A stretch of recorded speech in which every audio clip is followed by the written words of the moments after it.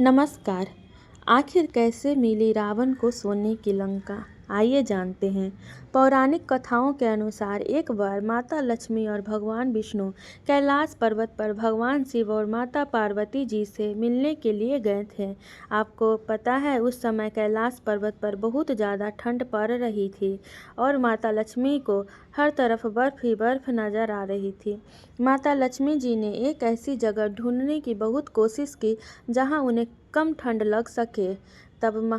तब माता लक्ष्मी जी ने पार्वती जी से कहा कि आप खुद एक राजकुमारी हैं और कैलाश पर्वत पर इस तरह का जीवन यापन कैसे कर सकती हैं।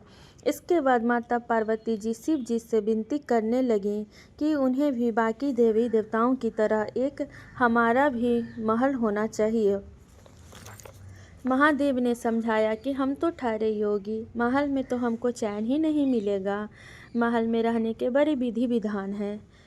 लेकिन पार्वती जी उनकी एक भी बात नहीं मानी। महादेव जी को पार्वती जी की बात माननी पड़ी।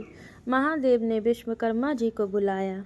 उन्हें ऐसा महल बनाने को कहा जिसकी सुंदरता की बराबरी का महल त्रिभुवन में कहीं भी ना हो। वह ना तो धरती पर हो ना ही जल में हो। विश्वकर्मा जी जगह की खोज करने लगे। उन्हें एक ऐसी जगह दिखी जो चारों ओर पानी से ढकी हुई थी। बीच में 3 सुंदर पहाड़ दिख रहे थे। उस पहाड़ पर तरह तरह के फूल और वनस्पति थे।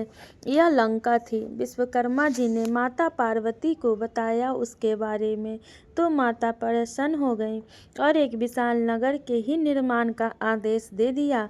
विश्वकर्मा जी ने वहां सोने की अद्भुत नगरी ही बना दी। माँ पार्वती जी ने गिरि प्रवेश का मुहूर्त निकलवाया। विसर्वा ऋषि को आचार्य नियुक्त किया गया। सभी देवी और देवताओं को निमंत्रण मिला। जिसने भी महल देखा वह उसकी प्रशंसा करते नहीं थकते।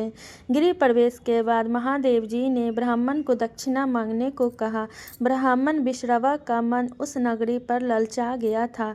उन्हें लालच आ गई थी, इसलिए उन्होंने महादेव से दक्षिणा के रूप में लंका ही मांग लिया। महादेव ने विसर्वा को लंका पूरी दान कर दी, पर पार्वती जी को विसर्वा की इस धृष्टता पर बड़ा क्रोध आया। उन्होंने क्रोध में आकर श्राप दे दिया कि तूने महादेव की सरलता का फायदा उठाकर मेरे प्रिय महल को हड़प लिया है। मेरे मन में क्रोध की अग्नि धधक रही है। महादेव का ही अंश एक दिन उस महल को जलाकर कोयला कर देगा और उसके साथ ही तुम्हारे कुल का विनाश हो जाएगा। विसर्वा से वह लंका पूरी पुत्र कुबेर को मिल गई, लेकिन रावण ने कुबेर को निकालकर लंका को हड़प लिया। श्राप के कारण शिव जी के अवतार हनुमान जी ने लंका जला दी और विसर्वा के पुत्र रावण, कुंभकर्ण और सारे कुल का विनाश कर दिया। श्री राम जी की शरण में होने से विभीषण बच गए। आप लोगों को यह कथा कैसी लगी? अगर आप लोगों को यह कथा पसंद आया हो तो मेरे चैनल को सब्सक्राइब कर लीजिएगा, बेल आइकन को प्रेस कीजिएगा, वीडियो को ज़रूर से लाइक कीजिएगा। माँ पार्वती और शिव जी आप सभी पर अपना कृपा दृष्टि सदैव बनाए रखिए। श्री शिवाय नमस्तुभ्यं। ओम नमः शिवाय।